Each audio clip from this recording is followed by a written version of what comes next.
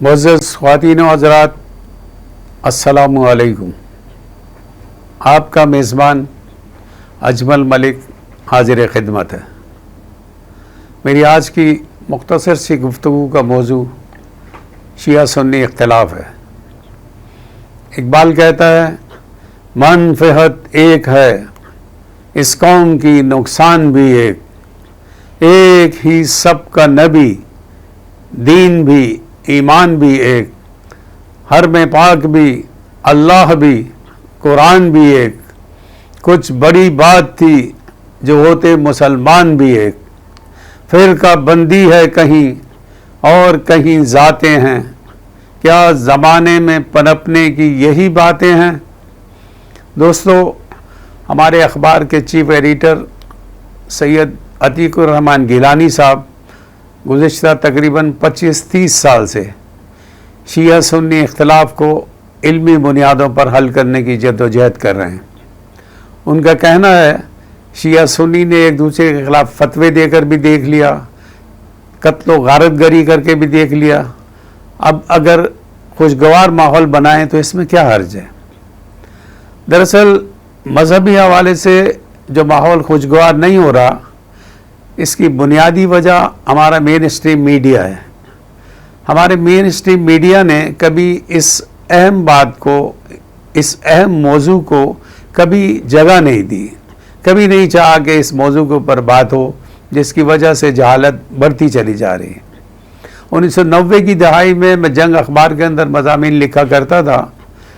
मैंने एक मज़मून लिख कर भेजा, उसके आखिर में मैंने शिया सुन्नी के हवाले से, उनके इख्तिलाफ के हवाले से कुछ थोड़े से 3-4 जुमले लिख दिए।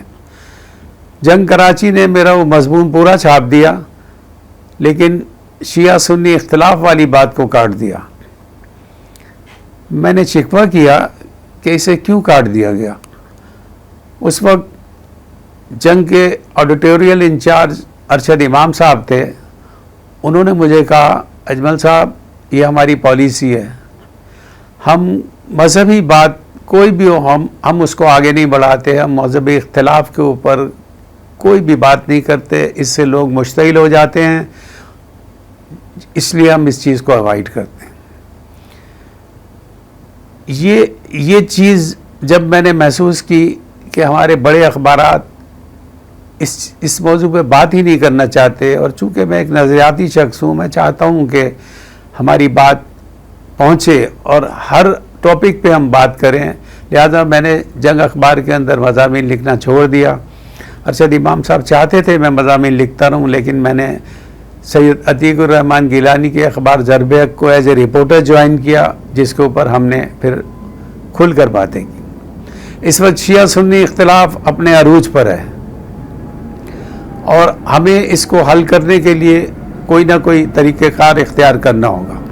कहते हैं दुश्मन का दुश्मन दोस्त होता है, लेकिन हमारे यहाँ ये कहावत भी नाकाम हो गई है।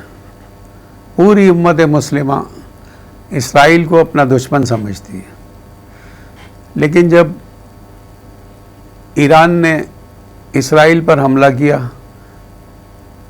तो कुछ सुन्नी तबकात ने ईरान को अपना दोस्त समझने के बजाय अपने तहफ़्फ़ुज़ात का इज़हार किया।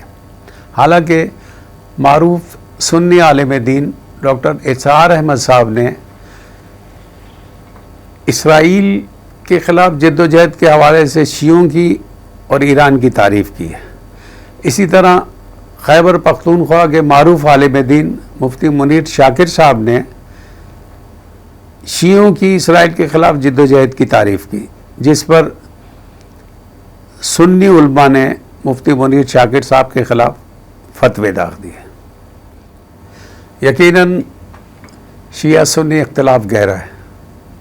शिया हज़रात का सहाबा को बुरा भला कहना, हदीस करतास, इसमें हज़रत उमर फ़ारूक नबी करीम सल्लल्लाहु अलैहि वसल्लम को वसीयत लिखने से रोक रहे हैं, और फिर सबसे बड़ा इख्तिलाफ मसला इमामत, जिसके बारे में सिपाह सहाबा के कायद इल्लामा ज़ियाउद्दीन फ़ारूकी शहीद ने कहा था कि हमारा शियों से कुरान पर भी इख्तलाफ नहीं है, صحابہ پر بھی اختلاف نہیں ہے، لیکن ہمارا ان سے مسئلہ امامت پر اختلاف ہے، اور شیعہ بھی یہ سمجھتے ہیں کہ ہمارا سنیوں کے ساتھ مسئلہ امامت پر اختلاف ہے۔ دوستو، اب وقت آ گیا ہے کہ ہم ان اختلافات کو حل کرنے کی کوشش کریں۔ سید عتیق الرحمن گیلانی نے اس حوالے سے ایک طویل علمی جدوجہد کی ہے۔ ہم اپنے پروگرامز میں دیگر ٹاپکس کے علاوہ شیعہ سنی اختلاف پر بھی بات کریں گے، اور ہماری دونوں طبقات کے سنجیدہ حضرات سے درخواست ہے کہ وہ ہمیں اپنی رائے سے آگاہ کریں، اور اگر ممکن ہو تو ہمارے چینل کو سبسکرائب بھی کریں۔ آخر میں ہماری عرض ہے کہ آپ کی رائے اور آپ کے مشورے ہمارے لیے مشعل راہ ہوں گے۔ السلام علیکم۔